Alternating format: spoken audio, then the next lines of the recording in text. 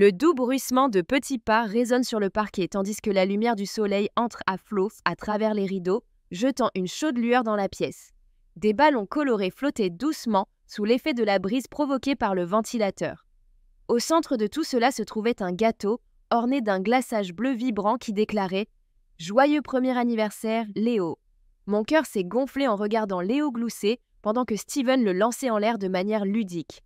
1 an, cela m'a semblé à la fois une éternité et un instant. C'est écoulé depuis qu'il est venu au monde. 1 an que la vie telle que je la connaissais s'est effondrée avant d'être lentement reconstituée. Je m'appelle Vanessa Carter, j'ai 31 ans, je suis mère, épouse, et j'ai lutté contre des blessures familiales suffisamment profondes pour marquer l'esprit plutôt que la chair. Notre maison est aujourd'hui un sanctuaire enveloppé d'amour, mais le chemin a été semé d'embûches. Pour bien comprendre, revenons 1 an en arrière, alors que j'étais enceinte de 8 mois et que j'étais au bord du gouffre lors du mariage de ma sœur. Un jour marqué par la douleur et l'opprobre, orchestré par ceux qui étaient censés me protéger. Ma famille, comme si ce n'était pas la première fois qu'ils me brisaient. Tout au long de mon enfance, mon nom a semblé être une réflexion après coup, si tant est qu'il ait été prononcé. Ma mère, Barbara, était plus préoccupée par son apparence que par mes angoisses. Mon père, Charles, était pratiquement absent des dîners, ne s'animant que lorsque ma sœur Jessica, l'enfant préféré, prenait la parole.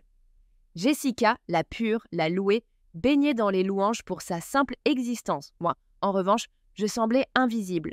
Mes résultats scolaires, mes projets d'entreprise, rien ne suscitait le moindre intérêt. L'annonce de ma grossesse a été accueillie avec dédain, leur réaction n'était pas loin du deuil. Un éloignement s'était installé depuis longtemps, mais l'espoir, aussi ténu soit-il, m'a attiré au mariage opulent de Jessica.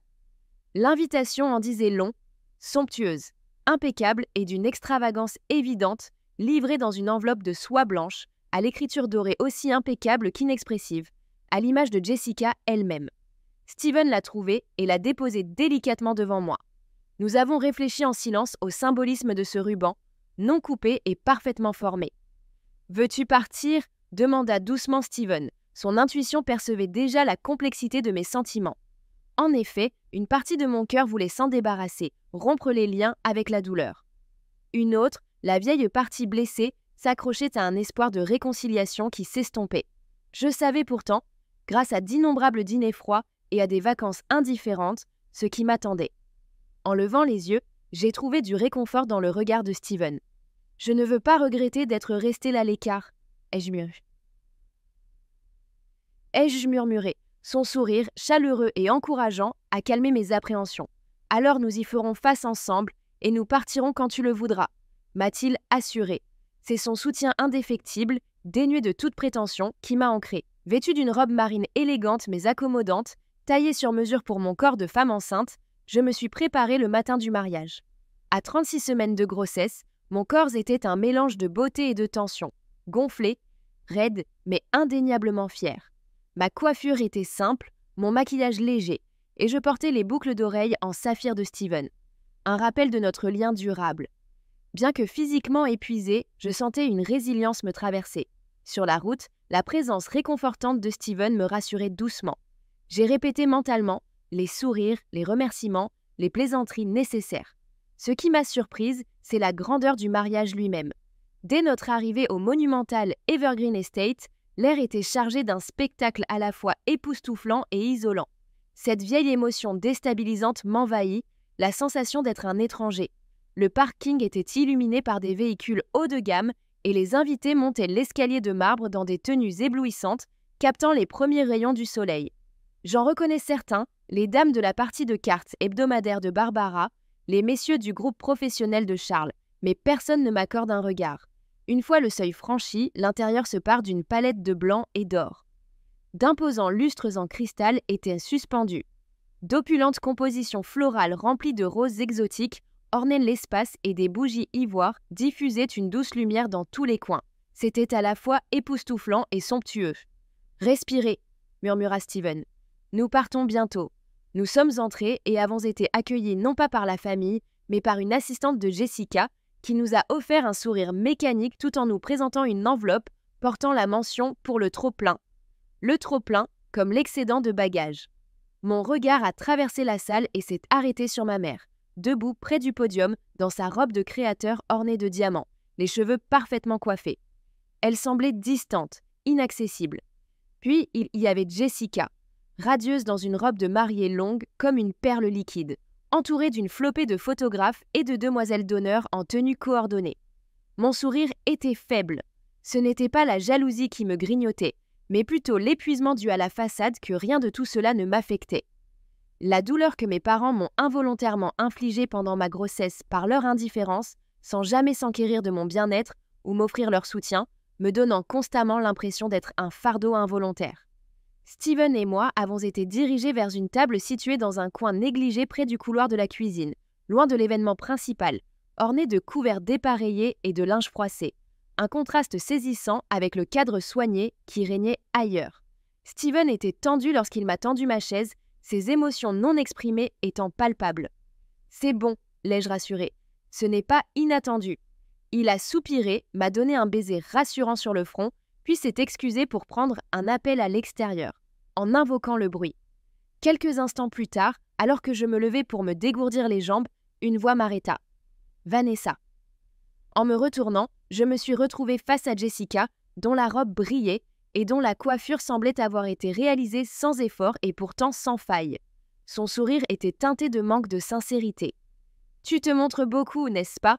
Je respire calmement. « J'en suis à mon 9e mois. Il est en bonne santé, » répondis-je. Elle a balayé ma tenue que du regard, son visage s'est légèrement crispé. « Il n'y a rien de plus flatteur. » J'ai serré la mâchoire, détournant mon regard alors que la salle se calmait pour la cérémonie. « Jessica, j'ai parlé doucement. En gardant mon calme, je ne veux pas de problème aujourd'hui. Je suis ici parce que je tiens à toi, quels que soient tes sentiments à mon égard. » Cela a semblé éveiller quelque chose en elle. « Alors prouvez-le, » dit-elle brusquement en désignant un vase lourd et ornementé dans l'allée. « Il faut le déplacer vers l'avant, il gêne les photos. » Je suis restée bouche bée, incrédule. « Vous attendez de moi que je le déplace ? Je suis très enceinte, Jessica, tu sais que je ne devrais pas le soulever. » Elle s'est rapprochée, sa voix est devenue un murmure venimeux. « Alors qu'est-ce que tu fais ici ?» J'inspirais profondément, sur le point de m'éloigner, mais sa main me poussa fermement. C'était loin d'être enjoué, loin d'être gentil, c'était intentionnel. La salle a sursauté lorsque j'ai perdu l'équilibre, une douleur aiguë irradiant mon dos et mon bas-ventre dans ma chute. Sous moi, la chaleur se répandit rapidement à travers ma robe, s'accumulant rapidement sur le sol. Des halètements étouffés parcoururent la salle stupéfaite, tandis que le silence nous enveloppait. La salle s'est figée dans un souffle collectif. Un verre se brisa quelque part au loin. Le déclic d'un appareil photo a résonné dans l'air. Au milieu de la foule, mes yeux ont croisé ceux de Jessica, écarquillés et remplis d'un mélange de choc et d'horreur. Je n'arrivais pas à discerner lequel.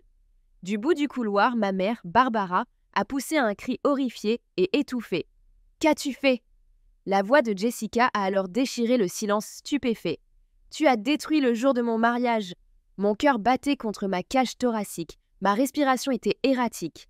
Le tissu de ma robe collait à mes jambes, humidifié par l'eau qui s'était déversée. Les chuchotements ont commencé à tourbillonner autour de moi, ponctués par le bruit des smartphones que l'on sort des poches, la foule reculant comme si j'étais porteuse d'un fléau. « Tu n'aurais jamais dû venir !» hurle Jessica par-dessus le vacarme. Essayant de me lever, les bras tremblants sous mon poids, j'aperçus mon père qui se frayait un chemin parmi les badauds, le visage déformé par la colère. D'un geste rapide que j'ai à peine enregistré, il a saisi un trépied plié qui se trouvait à proximité et m'a frappé à la tête. Le fracas écœurant du métal contre l'os résonna sur le marbre opulent et me fit frissonner. Un bref silence suivit, mes oreilles bourdonnèrent, ma vision se brouilla et une sensation de chaleur coula à côté de ma tempe. Je suis restée immobile, abasourdie non seulement par le coup physique, mais aussi par le fait que mon propre père m'avait frappée lors d'un mariage, ouvertement, alors que j'étais très enceinte. Des halètements ont envahi la pièce, suivis d'un bruit lointain de verre brisé. Mon corps s'est mis à trembler de manière incontrôlée et je me suis effondrée, mes genoux se dérobant.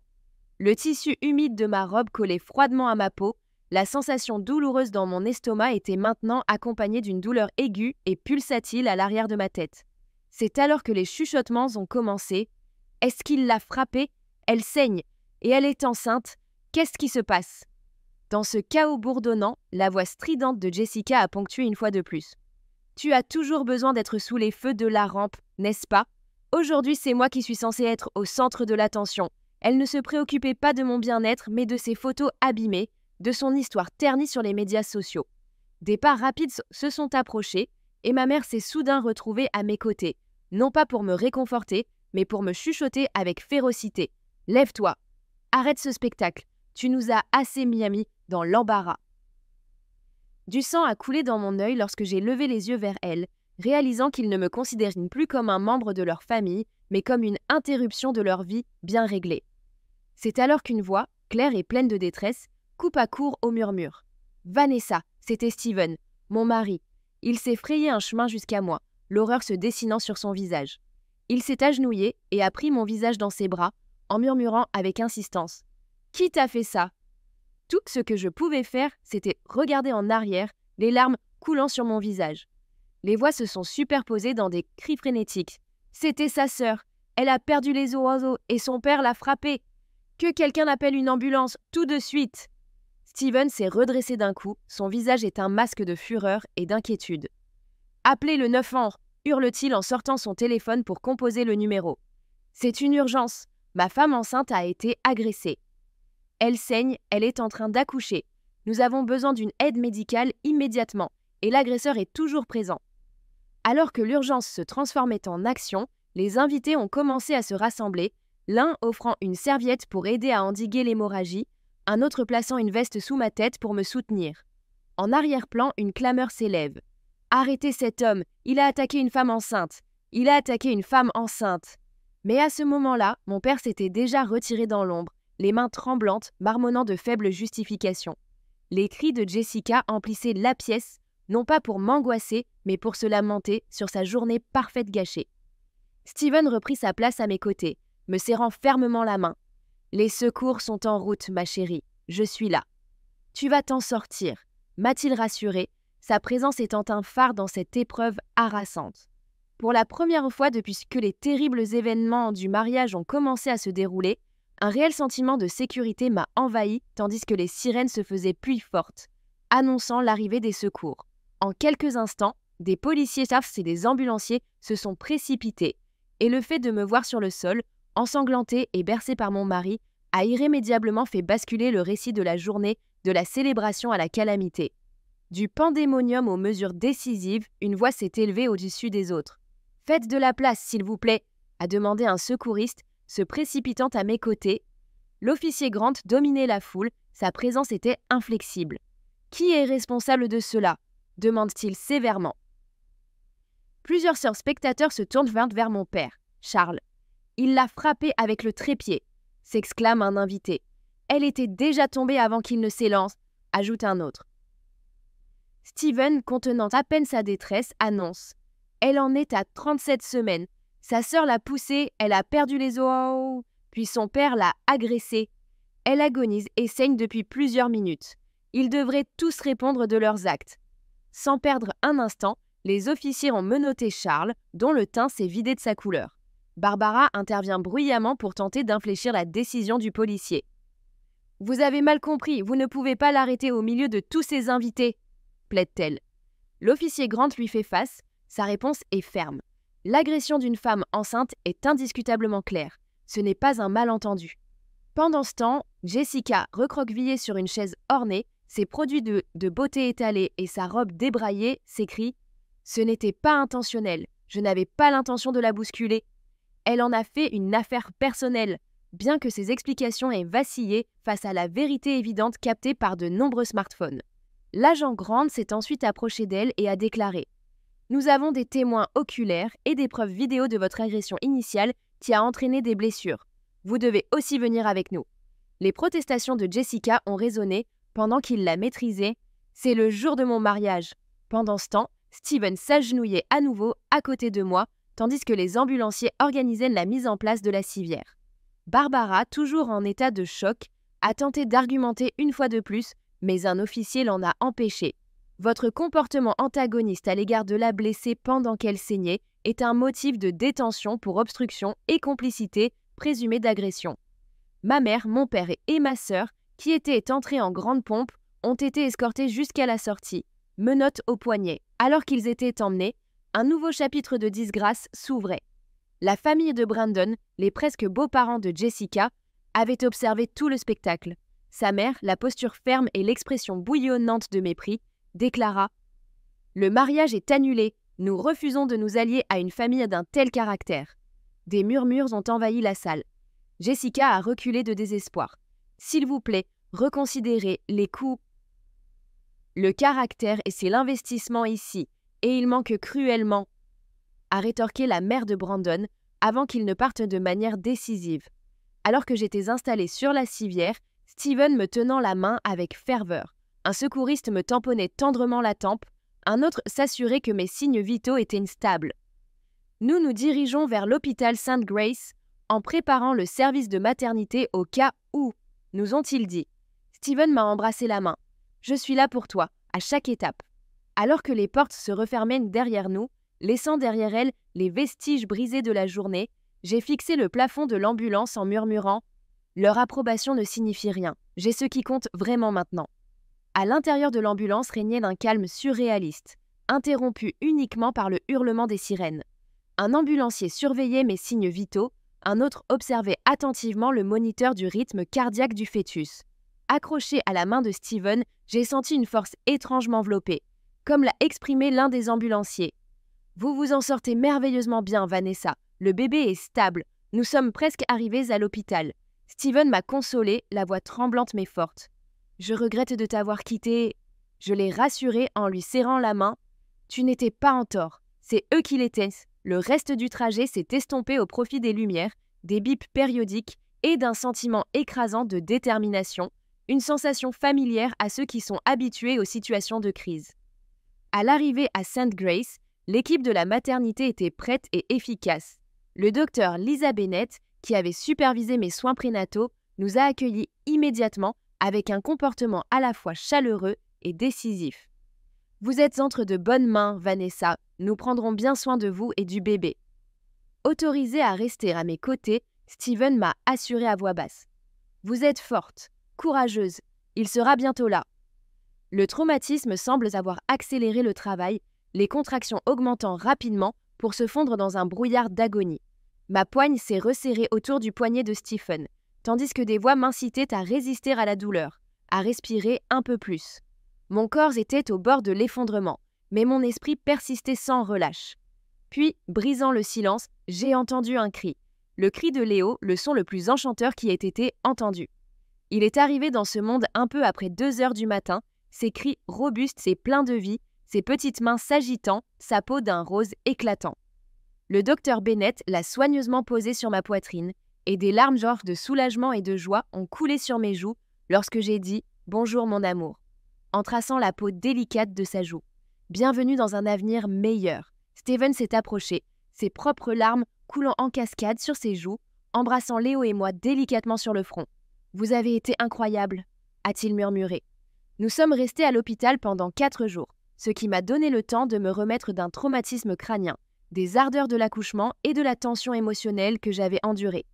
Les infirmières cocasses compatissantes ne me considéraient pas comme une controverse, mais comme une personne digne d'attention et de considération. Ces nuits sereines, passées à bercer Léo dans mes bras et à écouter les ronflements silencieux de Steven depuis le lit de fortune, m'ont fait prendre conscience d'une réalité profonde. Malgré leurs tentatives de me dégrader, de me mettre à l'écart ou de me briser, personne ne pourrait plus jamais me priver de ma voix. Au moment où nous étions prêts à quitter l'hôpital, Léo tranquillement installé dans sa caisse, j'ai dit à Stephen résolument « Maintenant, nous cherchons la justice ». Il a immédiatement accepté.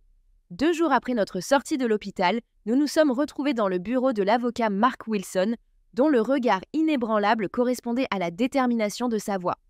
Alors que je berce Léo serein dans mes bras et inconscient des turbulences qui l'entourent, je déclare à Mark « Nous ne nous contentons pas de déposer une plainte. Je veux porter plainte pour tout cela. » La persuasion n'était pas nécessaire. Mark avait déjà vu les vidéos virales. Les clips de mariage montrant ma chute, l'hystérie de Jessica, la violente balançoire de mon père avec le trépied de la caméra et le chaos qui s'ensuivit avaient se proliféré sur les plateformes de médias sociaux, accumulant des millions de vues et suscitant l'indignation générale de divers groupes et individus appelant à la justice en mon nom. Bien que l'attention ait été intimidante, elle a renforcé ma détermination. Nous allons les inculper d'agression aggravée, a expliqué Marc, et inclure des charges pour mise en danger d'un enfant à naître, violence publique et détresse émotionnelle. Avec d'innombrables vidéos et témoignages étayant notre dossier, le résultat semblait sans équivoque. Nous avons entamé une procédure judiciaire le jour même. Les semaines suivantes ont été une succession de salles d'audience et de témoignages. J'ai affronté chaque jour la tête haute, Léo bien calé dans une écharpe contre Stephen, tout en faisant face aux murmures et aux regards moralisateurs de connaissances autrefois connues. Mes parents et Jessica ont présenté de faibles défenses, racontant des histoires de malentendus et d'emportements, Jessica se lamentant sur son mariage gâché. Pourtant, leurs faibles tentatives de compassion se sont effondrées face aux preuves solides présentées. Les images de sécurité, les vidéos des invités et une pléthore de témoignages ont montré sans équivoque le mal physique et émotionnel qu'ils m'ont infligé, à moi, une femme enceinte, au milieu d'une foule de badauds. Le jour du jugement, le juge a prononcé un verdict calme mais résolu. Barbara, Charles et Jessica Carter, a-t-il commencé, la culpabilité transparaissant clairement dans son ton. Cette cour vous déclare coupable de tous les chefs d'accusation. Les peines prononcées sont des peines d'emprisonnement ferme, sans possibilité de libération conditionnelle anticipée. Le tribunal a également reconnu l'ampleur du traumatisme infligé à Léo et à moi-même. Le soulagement m'a envahi pour la première fois depuis des semaines, tandis que Steven me serrait la main et que Léo dormait paisiblement, inconscient de la gravité du moment. Ils ont été condamnés non pas par vengeance, mais parce qu'il était essentiel que la société comprenne le tourment prolongé que j'avais enduré, un tourment que j'avais choisi de ne plus taire. Après le verdict, tout s'est transformé, non seulement sur le plan juridique, mais aussi sur le plan émotionnel. Pour la première fois, j'ai compris ce que c'était que de se sentir véritablement en sécurité. Plus de tension, plus de peur anticipée, plus de masquage de la douleur. Barbara, Charles et Jessica, ceux-là même qui m'avaient causé un mal inimaginable, faisaient maintenant face à leurs conséquences, m'offrant la paix et la sécurité auxquelles j'aspirais depuis longtemps. Ceux qui étaient censés m'offrir protection et affection étaient désormais confinés par la loi. Le système judiciaire avait rempli son rôle et c'était à notre tour de nous engager sur la voie de la guérison. Steven et moi sommes retournés dans la maison où il a grandi, une résidence accueillante sur 2 niveaux, ornée d'un vaste porche et d'un jardin fleuri tout au long de l'année. Ses parents étaient décédés plusieurs années auparavant, mais la maison conservait une chaleur accueillante, comme si elle attendait avec impatience les rires et l'amour d'une nouvelle famille, la nôtre. J'ai pris plaisir à concevoir la chambre de Léo, à peindre les murs d'un bleu tendre, à parsemer le plafond d'étoiles et à ajouter des peintures murales d'animaux joyeux que j'ai peintes pendant qu'il dormait. Chaque coup de pinceau murmurait « Tu es en sécurité, tu es chéri, tu es libre ». Steven a repris son travail avec un nouvel emploi du temps flexible, tandis que je me suis prudemment aventurée dans ma carrière d'organisatrice d'événements en travaillant dans le confort de notre maison. Cette fois, le travail n'était pas un refuge pour fuir mes difficultés, c'était une passion ravivée, inspirée par l'avenir que j'envisageais pour Léo, un avenir où sa mère poursuivait ses rêves avec vigueur.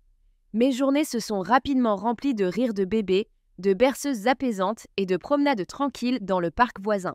Nous avons intégré une nouvelle église où les commérages et les jugements ont été remplacés par l'acceptation et des liens authentiques.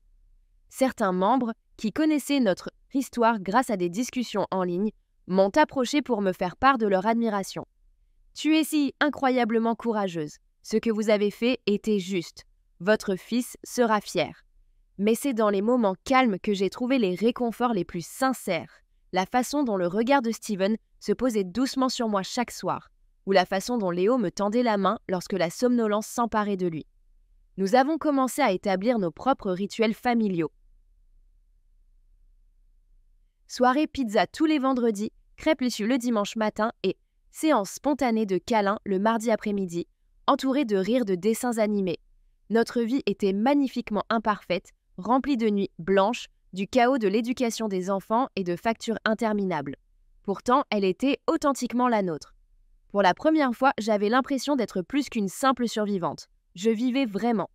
Un jour, le soleil matinal a projeté des rayons doux et dorés dans notre salon. Des ballons d'anciens sur les dossiers des chasses, des chaises et des bannières « Joyeux anniversaire Léo » étaient suspendus à la cheminée. L'air était imprégné de l'arôme du glaçage à la vanille. Steven, près du comptoir de la cuisine, a allumé la dernière bougie du modeste gâteau que nous avions préparé la veille. Léo, vêtu de sa grenouillère en forme de dinosaure, trottinait avec excitation sur le sol, gloussant à l'écho de ses pas. En les regardant, mon cœur s'est gonflé à un point que je n'aurais jamais imaginé possible. Cette journée n'était pas seulement l'occasion de célébrer le premier anniversaire de Léo. Elle marquait le premier anniversaire d'une série d'événements qui ont changé la vie. L'impulsion de Jessica, l'attaque de mon père, l'entrée précipitée dans la maternité et le début d'un nouveau chapitre. Alors que nous encerclions Léo, prêt à chanter, mes yeux se sont remplis de larmes. Notre chanson était douce, intime, chantée pour lui, pour nous. Joyeux anniversaire à toi, joyeux anniversaire cher Léo.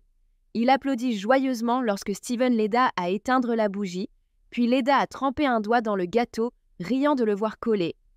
Les rires ont envahi la pièce. En soulevant Léo, je me suis sentie enveloppée par la réflexion. Une année entière de transformation, de guérison, d'abandon des blessures du passé et d'acceptation de la joie. Une joie dont j'ai cru un jour ne pas être digne. En regardant une photo sur la table d'appoint, prise le jour où nous avons quitté le palais de justice, mes bras berçant Léo, le bras de Steven autour de nous, j'ai remarqué la fierté déterminée dans mes yeux. Il ne connaîtra jamais ce genre de souffrance, ai-je murmuré en embrassant les douces cheveux de Léo. Il grandira entouré d'amour et non de domination, de sécurité et non de répression. À cet instant, j'ai réalisé que je n'avais pas seulement donné la vie à mon fils, mais que j'avais aussi renoué avec moi-même, une personne qui n'aspirait plus à l'affection de ceux qui étaient incapables de la donner de manière inconditionnelle. C'était l'anniversaire de Léo, mais pour moi aussi c'était une renaissance, car je m'étais enfin libérée des fardeaux de mon passé. Cette nouvelle vie ne me devait rien, je me devais de vivre pleinement libérée.